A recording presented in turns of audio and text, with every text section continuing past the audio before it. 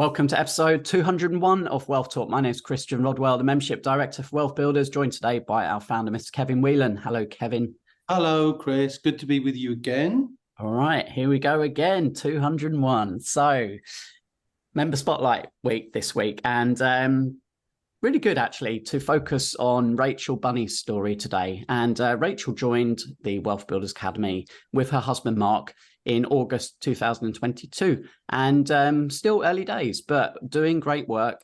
Actually, 4 of the 7 pillars in play, as we'll hear today. And Rachel has built a business which is a membership business. And we love membership businesses because recurring income, Kevin, I'm sure you'll touch on the importance of recurring income for any business owner.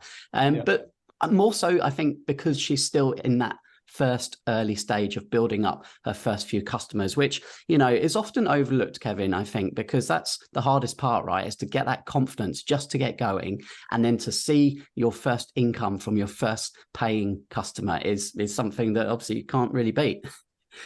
Yeah, it's an interesting one. It's almost like overcoming gravity, you know, so the power that's needed to push out of Earth's gravity is huge compared to the power needed once you're out of it.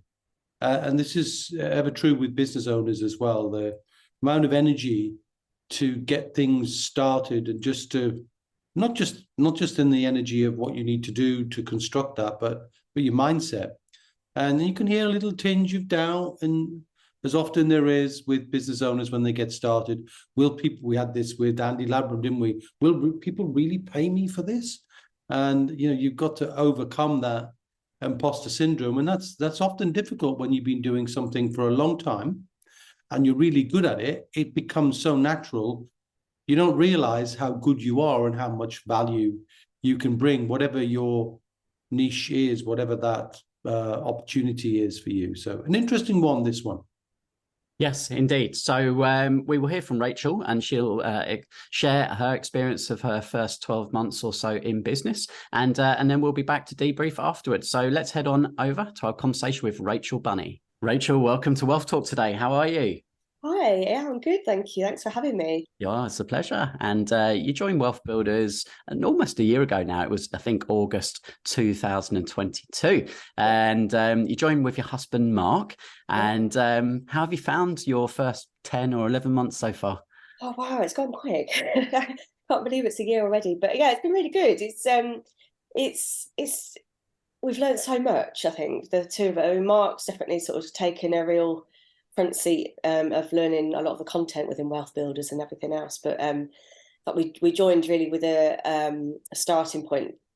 I think the main thing really was to have the coach. That was like a real selling point for us. So having a coach for me in the business side of things, but then it has sort of developed, and Mark's kind of been looking at lots of different avenues of things we can tap into to change how we do everything in our normal lives. So yeah, today he's actually having a little chat with someone who we've met through Wealth Builders, which is really exciting. So hopefully that will lead to a few changes happening soon. Brilliant. Yeah, well, it's all about connections and community, and we should give a nod to your wealth coach, John Dale, because it was actually John who got in touch with me and said, I think you need to have a chat with Rachel because she's doing some really, really good stuff, and hence why we're here today. So John's been very supportive. Oh, thank you, John. Yeah, he's the reason I launched the membership, actually. So, well, it was in the cards anyway, but he gave me that gentle, friendly push to launch. Yes. So yeah, thank you, John.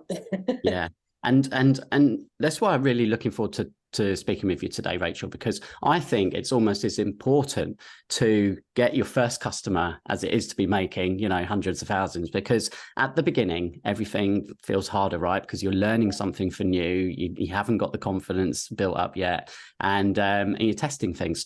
And so to get your first customer is amazing, right? Someone who pays you some money, and then to get your first 10 customers is amazing. Those small milestones, those small wins. And this is all kind of what you've been doing over the last couple of years, or last 12 months even. And I think it's really inspiring for people listening, because it's really easy on social media to just constantly see people really overachieving and, you know, sharing all these massive, you know, amounts of revenue and successes. But for most people, they're not there, right? Most people are in the trenches, just trying to get something to work. And that's why I think today's lessons that you'll be sharing will be really valuable. So thanks again for doing that. So before we get into what you've been doing with your membership program, Rachel, let's kind of look back at what were you doing before you joined Wealth Builders? Were you in work, and what did your sort of working week look like? So in March 2020, we had our first daughter, Grace, and before that I was working for a sewing machine company full-time, traveling around the country, visiting I think I had about 50 independent sewing machine accounts to look after. So I was an account manager and a product specialist as well for the sewing side of things. So I would train the accounts up on the sewing machines and also their customers, embroidery machines as well, and that kind of thing. And then when I had my daughter, obviously, with it being March 2020, everything changed in the world as well as in our world.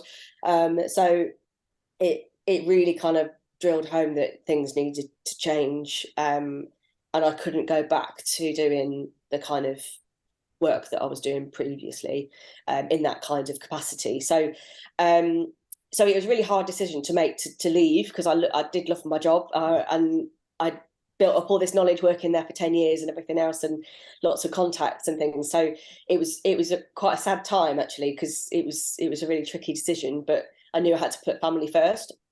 And it was using that network of people that I built up over the years through working with the sewing machine company that got me into doing what I do now, really, because they said, oh, can you come and do a bit of work with us? Can you do a bit of work with us? Or so-and-so needs some training. So I ended up starting off with one-to-one training, working at shows that I used to work at anyway, but without all the stuff in the background. I could just turn up, do the nice bit, and then go home again, which was really nice.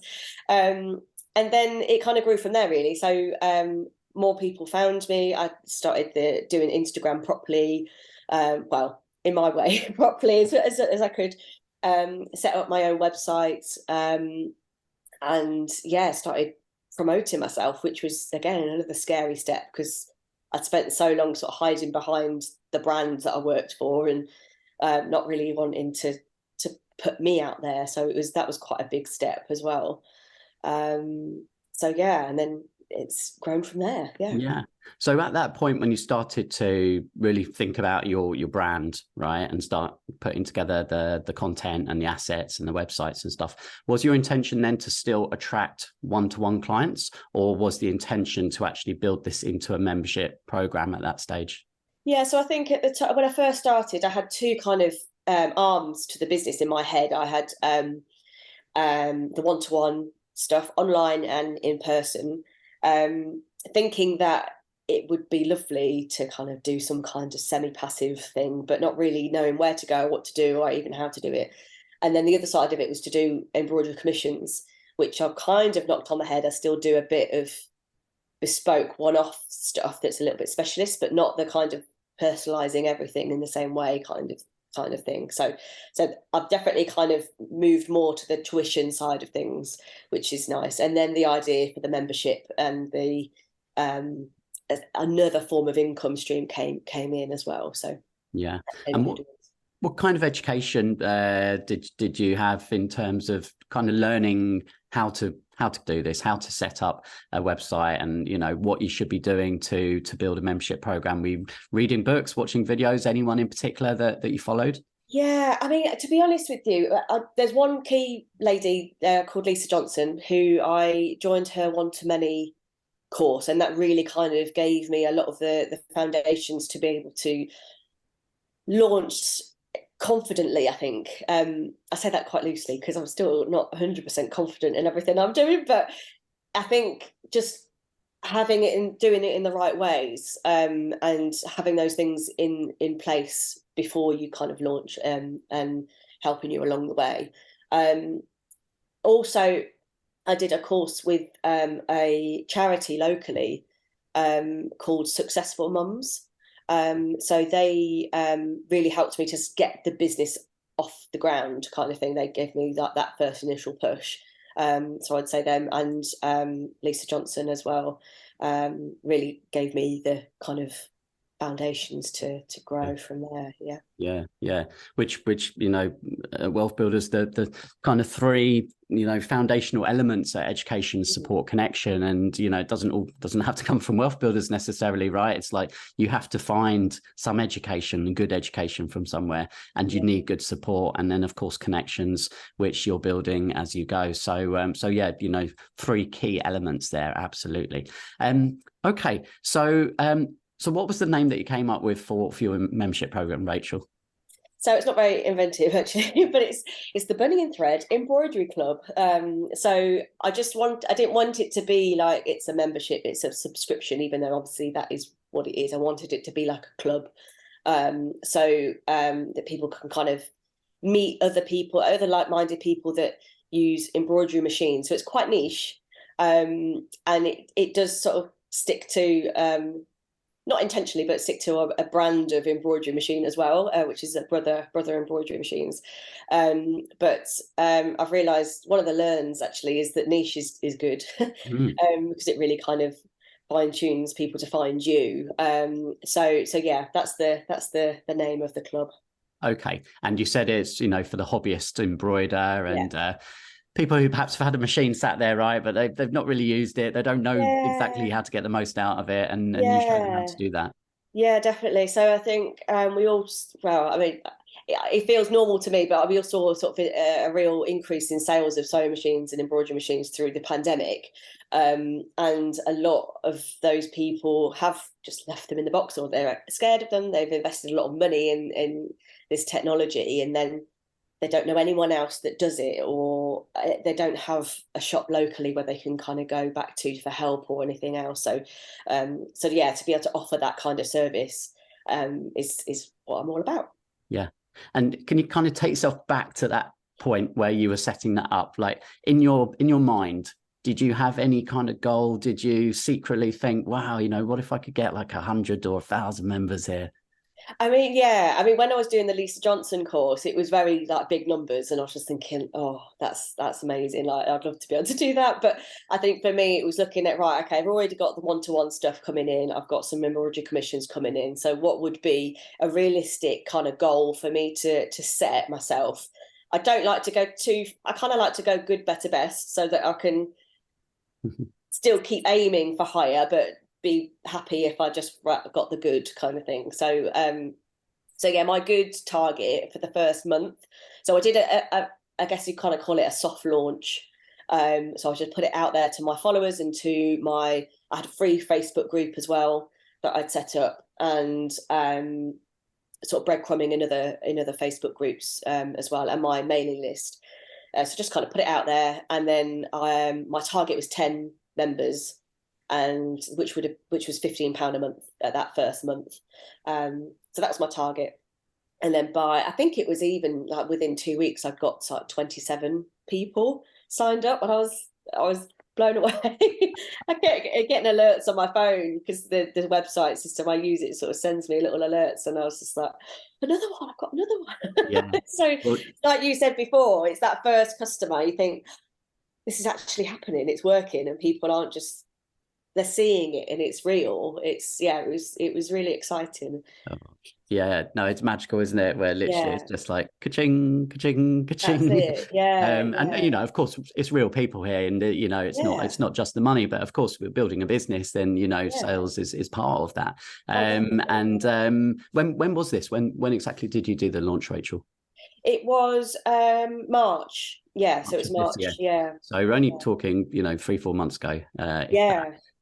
So that's fantastic. And as you say, it obviously you doubled what you were hoping to do there, and then take us through that first month with that new cohort. Like, did you have a structure already built for the program, and kind of what was that? So what was your offer, and what were they getting for that £15 subscription per month?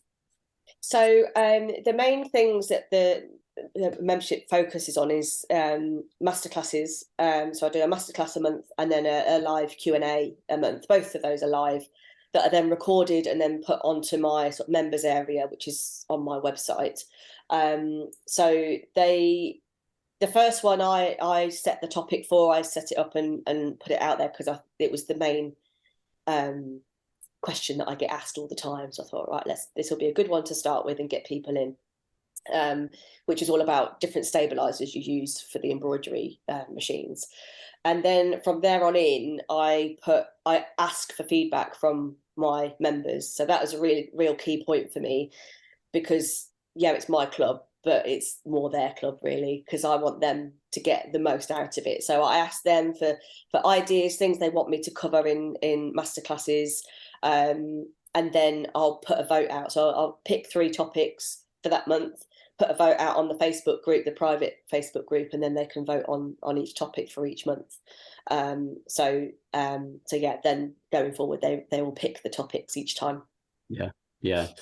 Key lesson there. Obviously, you give them what they want, right? And solve the problems that people are telling you they're having. And then obviously you build that into your marketing then, right? Because you know that you've been told that, and that then goes into your message. So in terms of marketing moving forwards now, how are you looking to grow the membership? What kind of things are you going to be doing? So in the not so distant future, I want to do I guess another sort of launch. So I want to do a free webinar and push it out there to more people, maybe spend a bit of money on advertising, maybe. We'll see, and just see if we can get a few more people in, and just kind of promote what we're all about and how lovely the community is that we've built together. Everyone is so nice in there, which is really lucky, but yeah, just kind of really pushing that out there, give people a little taster of what they can expect in the club, and then yeah, open the doors and let people in. Yeah. And there's a saying in kind of membership sites: people come for the content, but they stay for the community. Yeah. And are you seeing the retention as well from those 27 that joined? Yeah, definitely. I think there's only one lady who left, and we'd already had a conversation before she joined, and she said it might not be for her because she's more of a business doing embroidery rather than the hobbyist kind of thing. So yeah, everyone else has stayed, which is great. That's brilliant. And of course, not only are you building a business, so pillar 5 of our 7 pillars of wealth, you're now building your IP, you're creating intellectual property in the way of courses. And also you mentioned to me something about a retreat or 2. So tell us more about that. So I work together with 2 lovely ladies, Caroline and Janice. So together we've put together a retreat called A Way to Sew. So it's just a lovely 3 days in Kent, with in a hotel with a swimming pool, lovely big open space room where you can bring your sewing machine, bring your projects, come with a friend or meet new friends when you're there, and it's just a lovely place to go and sew for 3 days, and then you get us 3 there to help and guide you along with demonstrations or anything specific on the project you're going to create on the retreat, so we're on hand to help as well. So nice. Yeah, we've just done the second one in May, and then we've got another one. We haven't announced the dates yet, but it is September this year. We've got another booking in of the hotel. Okay. So yeah. All right. We'll be sure to post that in the Facebook community for anyone listening who might be interested in coming along. So that's really good. And it sounds like really creating an experience there. So it's not just about sewing. It's getting together with friends and just having a bit of time out from things. And again, that's what you want, isn't it? Building that community where people come and they stay. And it's not just staying for the original content, which they joined for. It's all the other things that they weren't expecting to get as a result of it. Yeah, definitely. Yeah. And they come back as well, which is great, because then they meet new people and then they stay connected, and then they all come back together, which is great. So. And of course, then referrals and, word of mouth, and, that's another strategy, right? So there's always so many ideas of things that you can do, right? So it's just about getting proof of concept at the beginning, and that you absolutely have established now. So that is kind of like first base, and now you can build towards your first 100 members, which I'm sure you'll be hitting, in the not too distant future. But you talked about doing the retreat there with a couple of other people. So that's now looking at joint ventures, others, right? So it's partnering with other people to create value and a win-win for everyone and an income stream. So, you know, without realizing, perhaps you've got 3 pillars on the go there. Yeah, I know. Yeah, that's quite good, actually, isn't it? That is good. And then you've got Mark looking at the property pillar. So all of the entrepreneurial pillars, pretty much you've got covered, or you will have. So good work in the first 10 months, Rachel. Yeah, definitely. Yeah, it's quite interesting sort of looking back at things, even though it's still, like you say, early days, and realizing how far we've come, even in this short period of time where we've been part of the Wealth Builders community. So yeah, it's really good to see. Yeah, that's good. And what would be some lessons, you know, from your first year or two in business?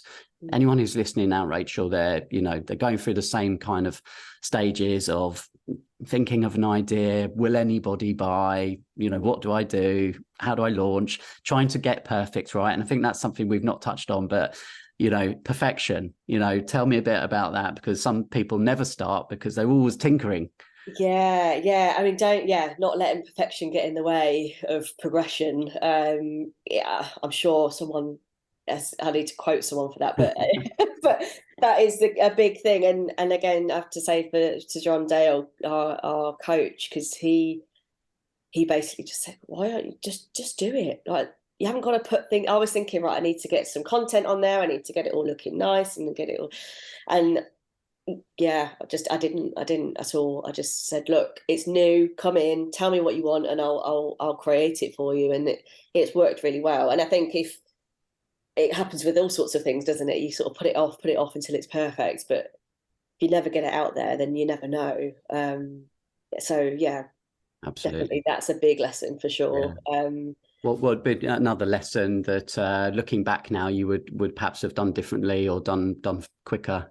Yeah, I think a lot of it, a big thing for me was mindset, actually. And I think that's in a lot of life anyway, just having the right kind of mindset. And I think if you think it's not going to work, then it probably won't, because you're not going to do the things that you need to do to get it to work. So and there's enough room out there for everyone. So you're not going to find something that no one else is doing. Even in my niche, there are other people doing what I do.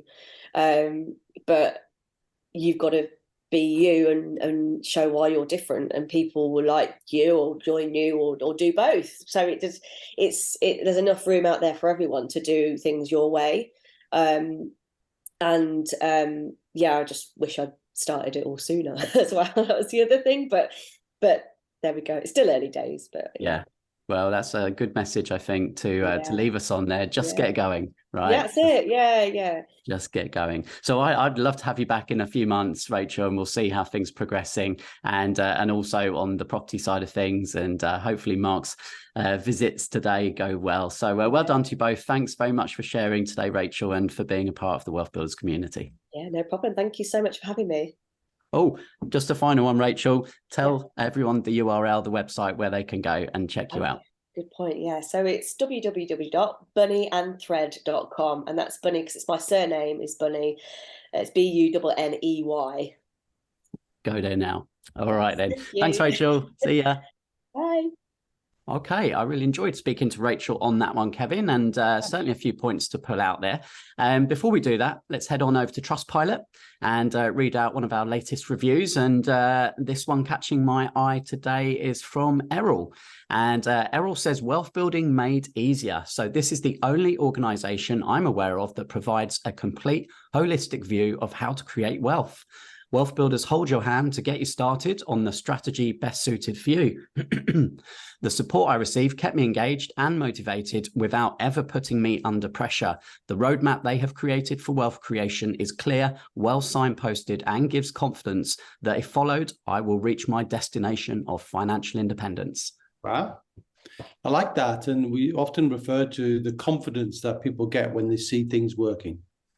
And Rachel is the same, right? You needed just to see some evidence, often surprising, that, people are buying into what you have to offer. And I think instinctively she knew that, but didn't think she had a business doing that. She had it as an employee, didn't she?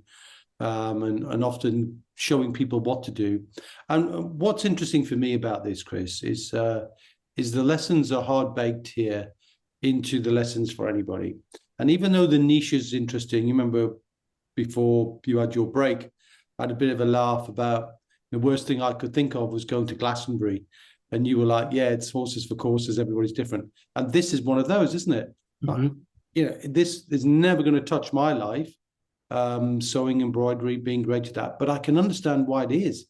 And there's a whole industry, isn't there, around hobbies and interests. And I'm always fascinated when someone discovers for themselves a rich and energizing niche where they actually become like the wealth dynamics in flow. And you could tell Rachel was in flow, so being in flow is an important part of that. Yeah. But the other issue to mention, I think, is choosing your niche and being outstanding in a niche is one of the prerequisites of a wealth building business, not just a business that I've mentioned before, trading time for money, but just with a different set of construction, not trading time for money, a job, but trading time for in a business where you're a job holder essentially in a business. But if you can find a rich niche and go deep into that niche and create your authority and your key person of influence, as we might say, then, and I think we've got access to that book, haven't we, as well? Key Person of Influence. You might want to signpost that from Daniel Priestley. Yes. That.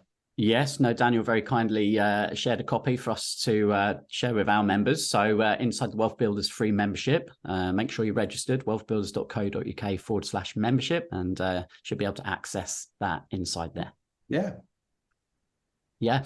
So, yeah. And, we talked about the roadmap, and I think Rachel referred to that, and Errol did in his review as well. But our roadmap, which we teach, which is the path that everyone has to follow to move from financial insecurity to financial independence, we've broken it into 3 stages. And stage 1 is building confidence, and it begins with mindset. It begins with knowing yourself. And our members take the Wealth Dynamics assessment, and Rachel was a clear creator. She has lots of dynamo energy, which is that creative energy to come up with ideas, come up with things, and she's put that into good practice. But and then stage 2 is building knowledge. So that's understanding then, well, how do you actually build a business, and what type of business? And there's different types of recurring income businesses that people can follow, aren't there, Kevin? Yeah, there are, and I've identified 4. I'd be very interested if anybody else could come up with a 5th, because those distinctions that are often referred to can come from elsewhere. We're humble enough to accept anybody else's suggestions as well. So the 4 types of recurring income, and it's worth mentioning that recurring income is the most precious income of all, because if you can secure recurring income, in other words, income that's automatic in some way, it's contractual in some way, it's not just getting a customer to buy again, it's the fact they're committed to that auto buying sequence. And there are 4 types.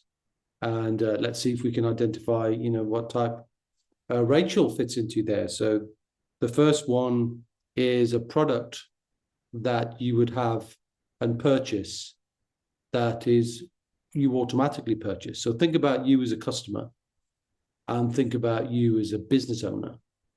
And so, get curious about it, almost develop a sort of sense of curiosity around recurring income businesses. And I look for them everywhere. It's a fun thing for me to do and go, where's the recurring income in that? Where's the recurring income in that? And that's a question I'm always asking myself when I see any business.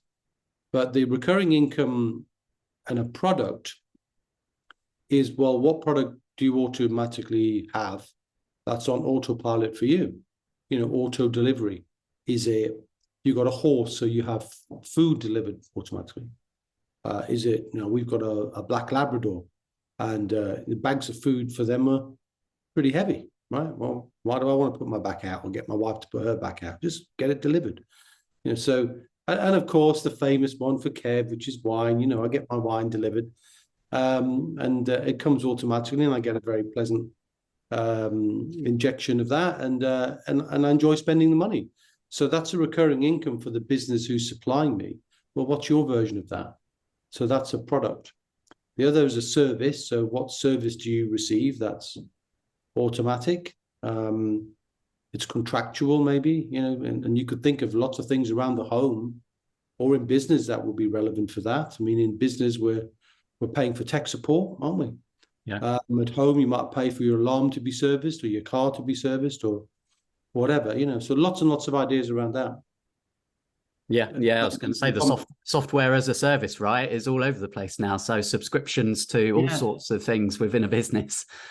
Yeah, albeit subscriptions and memberships would be a third category, which I think is where Rachel's going with you know, kind of like a membership idea to create something that people feel part of a community, and it's building the community. And you, I think, quite nicely said it. I think, you know, people come for the content but stay for the community, I believe, are the words you used, and I think that's right. And what she's trying to do is build that community. And I think what's great about what she's doing is it's around a machine, right? And while she talked about the different brands of machine, actually, my wife's a seamstress. She made her own wedding dress going back ages ago. And I'll get her to go and have a look at this. She doesn't actively get involved now, but you know, she's been and done that. We've still got the sewing machine, and it is a brother sewing machine. And what's interesting, though, is there are thousands and thousands and thousands and thousands of people who are fascinated by the subject.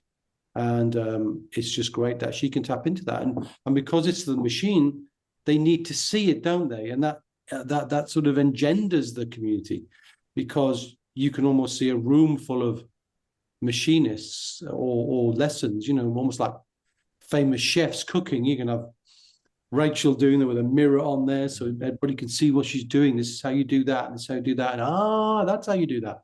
And that's what people pay for, is the distinctions that they don't get and they can't get on their own. So that's membership in subscriptions. And of course, WealthBuilders is a membership and subscription business for those who decide to join. Of course, we obsess about giving away free content as well, because we hope that at some point, self-servingly, when people are ready, they've had enough good content to go, hey, I'm ready to take action now. And hopefully they'll reach out to us. But anyway, the fourth is a gateway. Now that's probably the least understood, I think, of the four recurring income models. And the gateway, it still identifies a niche, but instead of you providing the service, you curate the content.